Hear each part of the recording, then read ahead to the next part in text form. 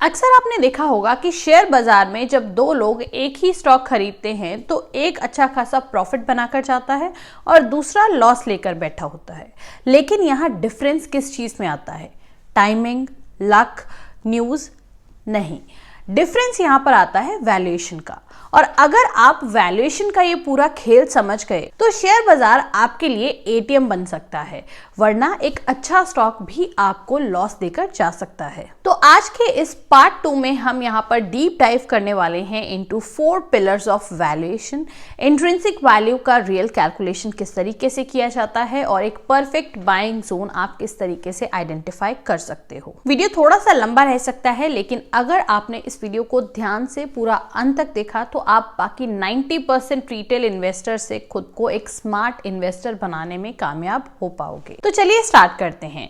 Part 1 में हमने सीखा था बिजनेस को समझना, फाइनेंशियल स्टेटमेंट को रीड करना और कुछ पावरफुल रेशियोज के बारे में हमने बात की थी, जिसमें पीई, आरओई, आरओसी, इन सब के बारे में हमने चर्चा की थी। अगर आपने उस वीडियो को अभी तक नहीं देखा है तो उसका लिंक मैंने आपके लिए नीचे डिस्क्रिप्शन बॉक्स में मेंशन कर दिया है, उसे जरूर पहले देखकर फिर इस वीडियो को आगे कंटिन्यू कीजिएगा, क्योंकि वही इस वीडियो का फाउंडेशन ब्लॉक है और आज हम उसी फाउंडेशन को नेक्स्ट लेवल पर लेकर जा रहे हैं। अगर आप टिप्स फॉलो करने वाले या फिर टेलीग्राम ग्रुप वाले इन्वेस्टर हो या फिर आप पैनिक में आकर बाइंग करने वाले बायर हो, तो इस वीडियो को अगर आप पूरा देखते हो तो उसके बाद आप खुद को वैल्यूएशन बेस्ड स्मार्ट इन्वेस्टर बोल पाओगे। तो चलिए स्टार्ट करते हैं। सबसे पहला एक मिथ अगर मैं क्लियर करूं, लोगों को अक्सर कहना होता है कि अच्छा स्टॉक आपको हमेशा ही प्रॉफिट देकर जाता है, लेकिन ये प्योरली एक मिथ है, क्योंकि अगर आप सही प्राइस पर एंट्री नहीं लेते हो तो एक अच्छा स्टॉक भी आपको लॉस देकर जा सकता है और एक एवरेज स्टॉक को अगर सही प्राइस पर बाय किया जाए तो वो आपको अच्छा खासा प्रॉफिट दे सकता है। फॉर एग्जाम्पल, अगर आप सब्जी लेने चाहते हो, आपको टमाटर 120 रुपए किलो मिल रहे हो, तो क्या आप लोगे? नहीं, आप वेट करोगे। लेकिन एक स्टॉक जो आपको 120 के पीई पर मिल रहा हो, उसे आप तुरंत बाय कर लेते हो। But why? ऐसा क्यों? स्टॉक का भी एक राइट प्राइस एग्जिस्ट करता है और उसी को बोला जाता है वैल्यूएशन। और वैल्यूएशन के इस पूरे कॉन्सेप्ट को हम ज़्यादा कॉम्प्लिकेट नहीं करेंगे। इसके 4 मेन पिलर्स हैं जिन्हें हम एक एक करके समझ लेते हैं। सबसे पहला है प्राइस टू अर्निंग रेशियो, यानी कि पीई रेशियो, जो आपको बताता है कि कंपनी का 1 रुपया प्रॉफिट बनाने के लिए आप उन्हें कितना पे कर रहे हो। फॉर एग्जाम्पल, हम 2 कंपनीज कंसिडर करते हैं, कंपनी ए जिसका पी रेशियो है 60 का, कंपनी बी जिसका पी रेशियो है 15 का। तो लोगों का अक्सर ये मानना होता है कि जिसका पी रेशियो कम है वो स्टॉक अंडर वैल्यूड है, बट ये हमेशा सही नहीं होता है। अगर कोई हाई ग्रोइंग कंपनी है, उसका पी हाई हो तो वो जस्टिफाइड है, लेकिन in case of slow growing company अगर पी रेशियो लो है तो वो ज्यादा बेटर रहता है।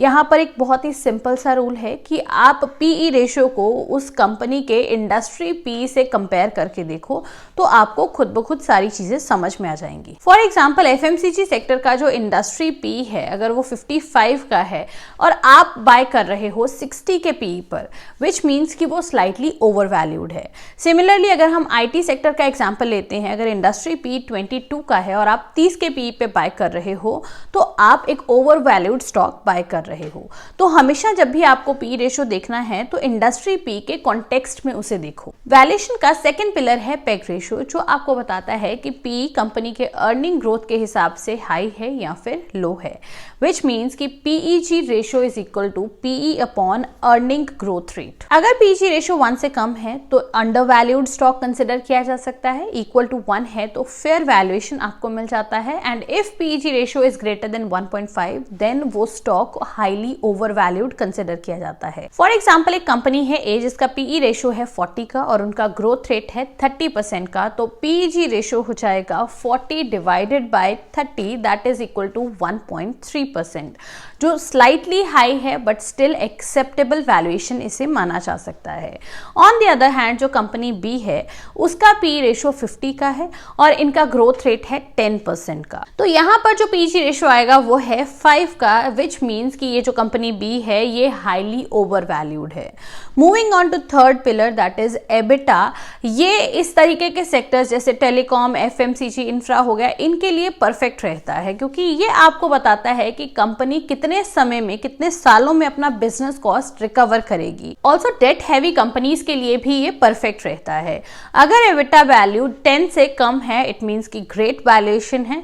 अगर 10 से 15 के बीच है तो भी उसे परफेक्ट कंसिडर किया जा सकता है, लेकिन अगर 15 से ज्यादा है तो वहां पर वो हाईली रिस्की स्टॉक हो जाता है, क्योंकि वो ओवर वैल्यूड बन जाता है। For example, Mahindra and Mahindra का एबिटा वैल्यू हाई है बिकॉज वो एक डेट हैवी कंपनी है, and Maruti Suzuki on the other hand देखा जाए तो उसका एबिटा लो है, क्योंकि उनका बैलेंस शीट काफी ज्यादा स्ट्रॉन्ग है। तो वैल्यूएशन को कभी भी सिर्फ पी रेशो के हिसाब से जज नहीं करना है। बहुत सारी अलग अलग रेशियोज हैं, बहुत सारी अलग अलग चीजें हैं जो आपको ध्यान में रखनी है।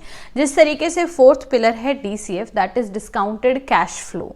ये बहुत ही इंपॉर्टेंट है, क्योंकि ये आपको बताता है कि कंपनी आने वाले सालों में कितना कैश जनरेट कर सकती है और आज के समय में जो उनके पास कैश है उसकी वैल्यू क्या होगी।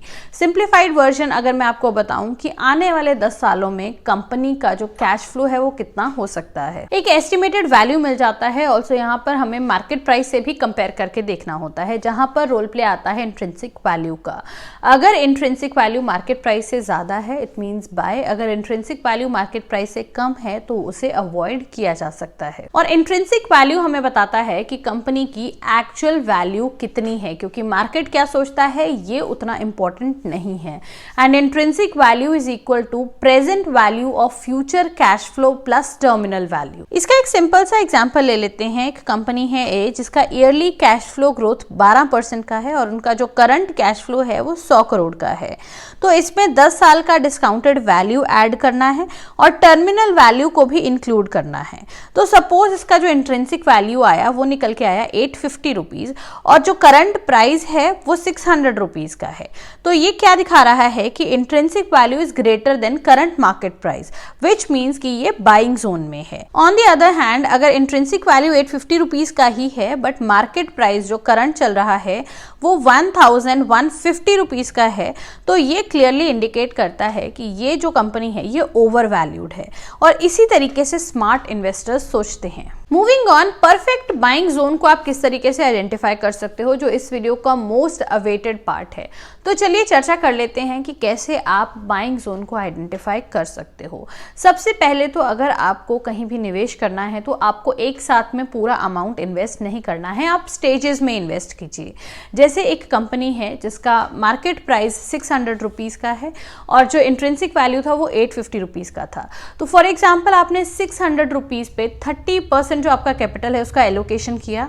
उसके बाद उस स्टॉक में अगर फॉल आता है, आपको 550 रुपीज पे बाय करने का मौका मिलता है, तो आपने और 30% एलोकेशन किया। उसके बाद अगर आपको 500 रुपीज के आसपास मौका मिलता है तो 40% एलोकेशन आप और कर सकते हो।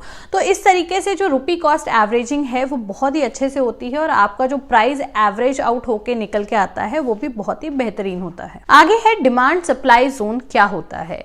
तो डिमांड जोन क्या होता है, जिस प्राइस पर अगर आप चार्ट देखते हो मल्टीपल टाइम्स स्टॉक आके रुकता है, यानी कि जहां वो सपोर्ट लेता है, उसे बोला जाता है डिमांड जोन, जिसे एक अपॉर्चुनिटी जोन भी बोल सकते हैं।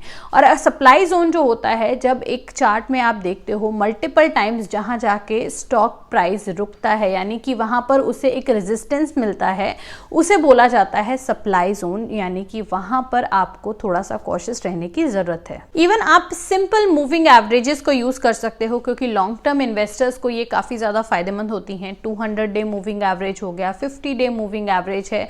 इन सब चीजों को आप खुद भी स्टडी करो कि किस तरीके से आप यूज कर सकते हो। और बाय केवल आपको 3 कंडीशंस जब सेटिस्फाई होती हैं तभी करना है। एक तो कंपनी का बिजनेस अच्छा हो, सॉलिड हो। दूसरा, वैल्यूएशन या तो फेयर हो या फिर आपको अंडर वैल्यूड स्टॉक पिक करने का मौका मिल रहा है। और प्राइस अगर आपको डिमांड जोन के आसपास मिल रहा है पिक करने के लिए, तो वो बहुत ही बेहतरीन होता है। और ये तीनों जब कंडीशन सेटिस्फाई हो जाती हैं तो आप कैपेबल हो जाते हो एक मल्टी बैगर को अनलॉक करने के लिए। तो अगर आपने पार्ट 1 और पार्ट 2 दोनों ही ध्यान से देखे हैं, सुने हैं, तो आप ऑलरेडी अपने आप को 80% ऑफ रिटेल इन्वेस्टर से स्मार्ट समझ सकते हो। वीडियो में दी गई जानकारी आपको कैसी लगी, कमेंट सेक्शन में अपना ओपिनियन जरूर बताइएगा। वीडियो अच्छी लगी हो तो जितना ज्यादा हो सके लाइक और शेयर कर दीजिएगा। और चैनल के साथ नए जुड़े हैं तो प्लीज सब्सक्राइब करते टाइम बेल आइकन जरूर हिट कर लें। जल्दी मिलेंगे अगले वीडियो में, तब तक के लिए take care. Thank you for watching.